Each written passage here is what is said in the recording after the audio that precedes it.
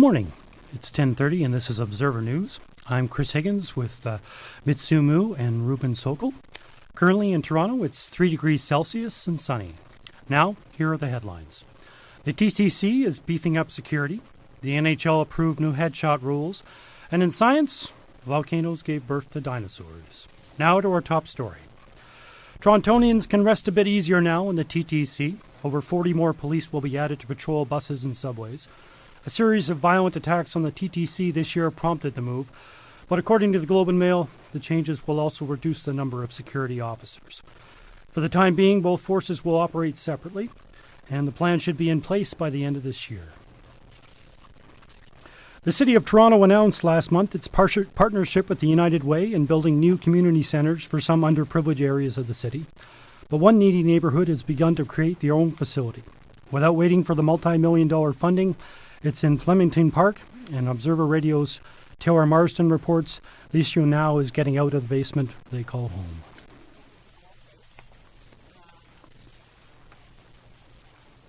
That's Reverend Helena Holcroft showing one of the 2 crammed rooms that Flemington Park's food bank has been using for community programs. It's been using the basement of a condo building to operate for nearly a year. It caters to more than 60,000 people living in the poor neighborhood. Holdcroft says they're bursting at the seams. There's hardly any public space in this community, and that's what's needed. We need a place outside of it. I mean, even for this, the little hub that we're sort of starting here with the health unit and neighborhood services and new circles and all of that, here it is on the edge of the community, not very accessible.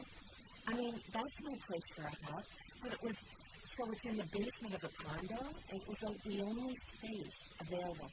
Holdcroft says the food bank is waiting for City Hall to build them a new place soon. So far, only Rexdale and the Bathurst and Finch communities have been able to break ground. But Holdcroft remains hopeful. It's not an option to close the food bank. It's not an option. Not when you're serving thousands and thousands of people. So, but we also have to demonstrate that we're well organized. Because I don't blame people for not wanting to give to something where they wonder, is this just falling into a black hole?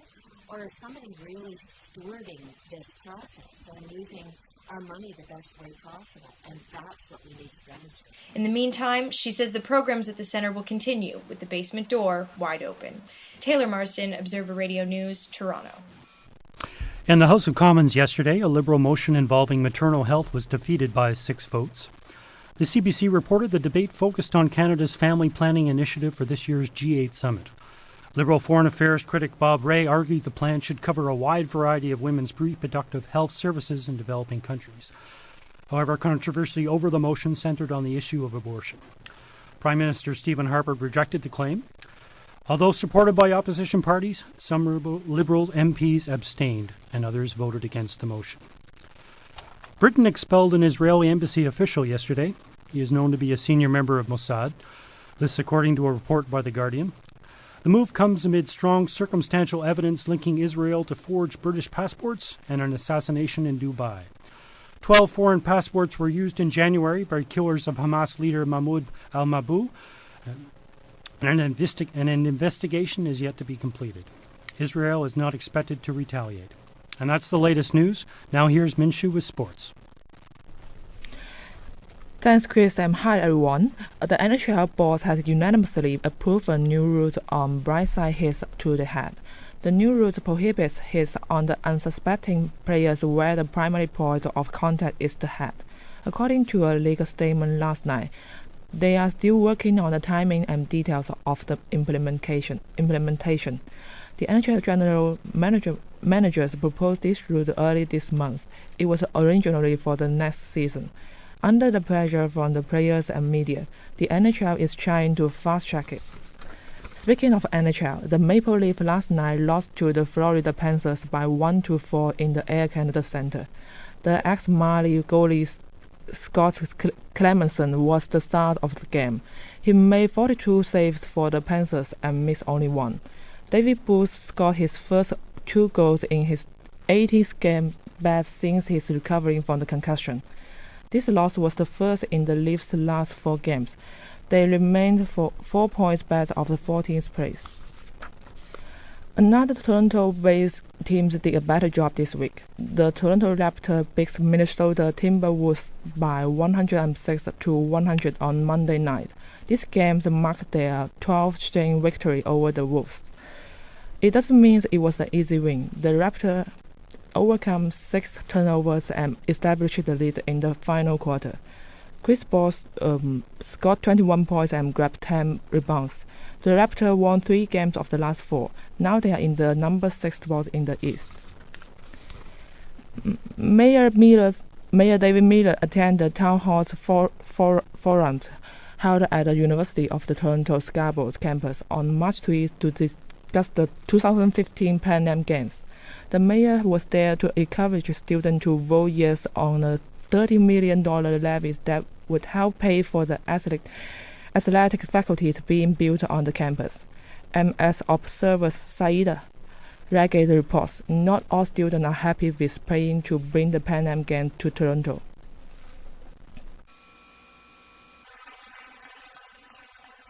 The proposed Pan Am athletic facility at the University of Toronto Scarborough campus will cost $170 million, and the school is asking students to pay 28% of that. This has many students upset.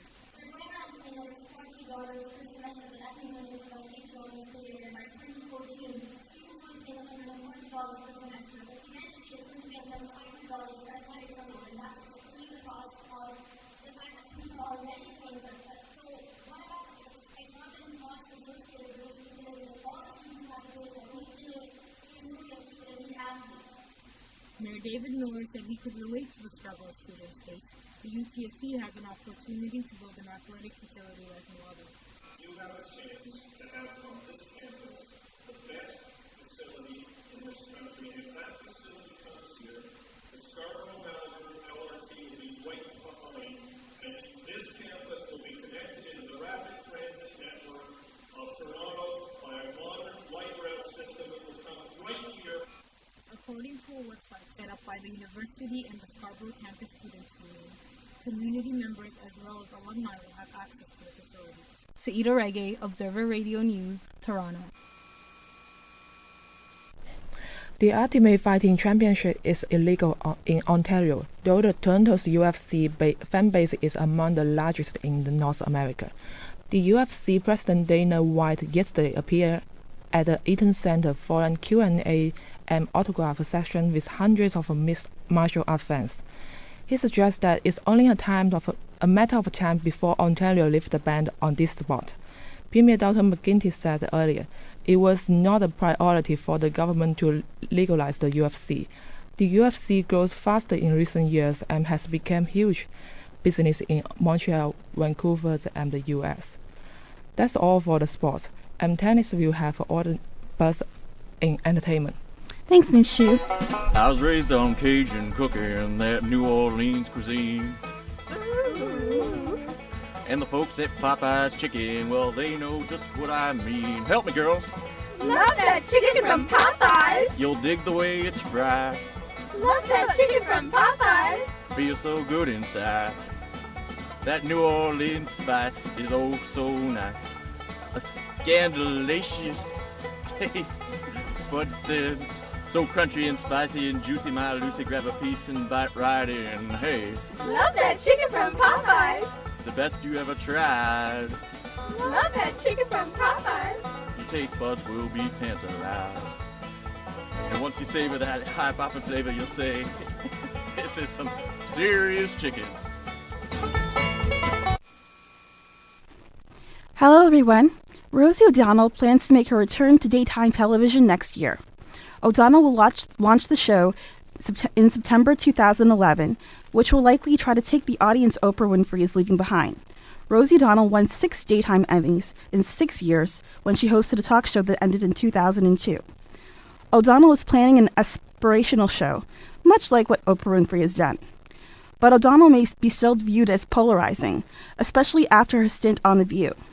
And with the popularity of local networks, O'Donnell may have a tough sell getting her show broadcast. Margaret Atwood has won the Dan David Prize, along with Indian Bengali novelist Amitav Ghosh. They will share a $1 million US award.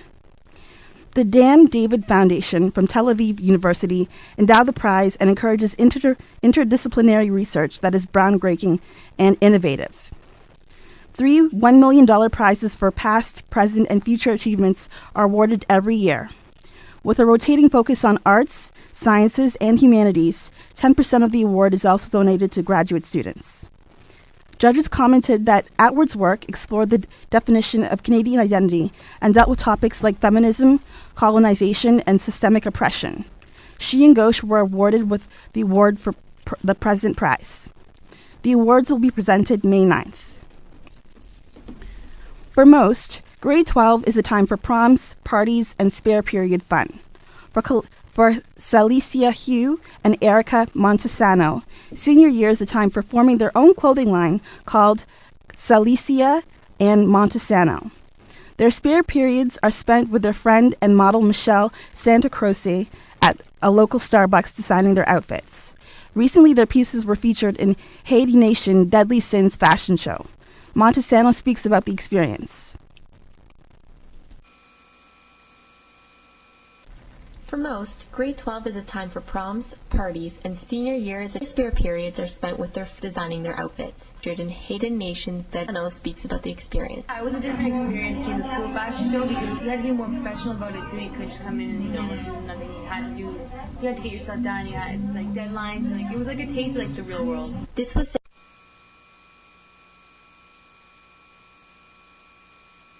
Want anything else? Santa Croce enjoyed the experience as well. She had a chance to walk the runway, speak with publicists, and party with a few celebrities. The girls lived to stand out from the crowd and enjoyed the positive attention. They say the more exposure, the better. Although they plan on going separate ways after high school, they know now what path to follow. For now, they work on math problems while sipping on caramel frappuccinos.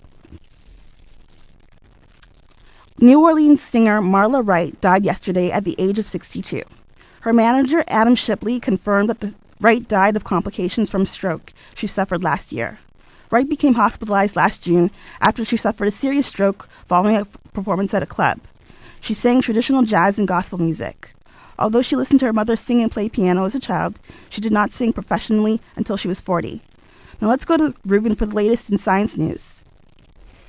A massive volcano, 1/3 the size of the moon, sparked the rise of dinosaurs 200 million years ago, as reported by BBC News this week. Gas from the explosion leaked into the air, creating a hotter climate, what we call today global warming. This event killed half the crocodile-like creatures, then competing with dinosaurs for food. The irony here is that a similar catastrophe later wiped out dinosaurs. 65 million years ago, a 10-kilometer-wide rock from space hit the Earth. The collision created a huge cloud of debris that blocked the sun. Food supplies dwindled. Mammals, much smaller in size, found scraps of food and survived.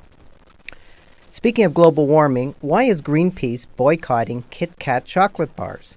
As reported yesterday by CanWest News Service, some of Nestle's chocolates still include palm oil from Indonesia. A company there called Sinomars cut down trees from the rainforest to get the oil. Greenpeace estimates that 4% of greenhouse gases come from the destruction of the Indonesian forests. It thus wants Nestle's to get palm oil from other sources. Mocking the Nestle slogan, Greenpeace is now telling consumers to take a break today. Yeah, a break from Nestle chocolate bars. Now on to a story about garbage.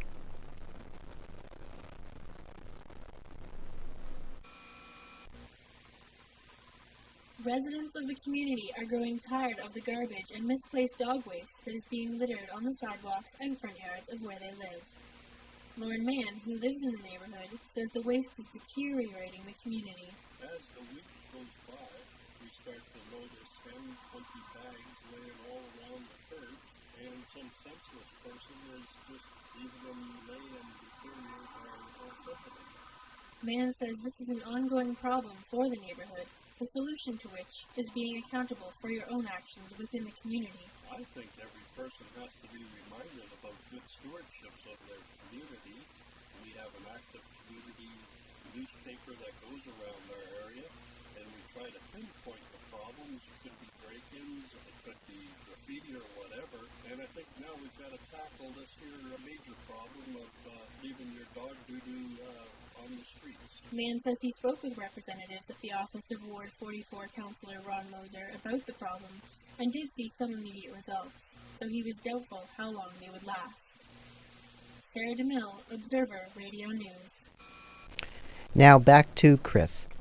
Thanks, Ruben. Thanks, Ruben. That's our show for now. You can find more news online at torontoobserver.ca. We'll have more news coming up shortly, but until then, I'm Chris Higgins. On behalf of us all at Observer Radio News, thanks for listening and have a great day.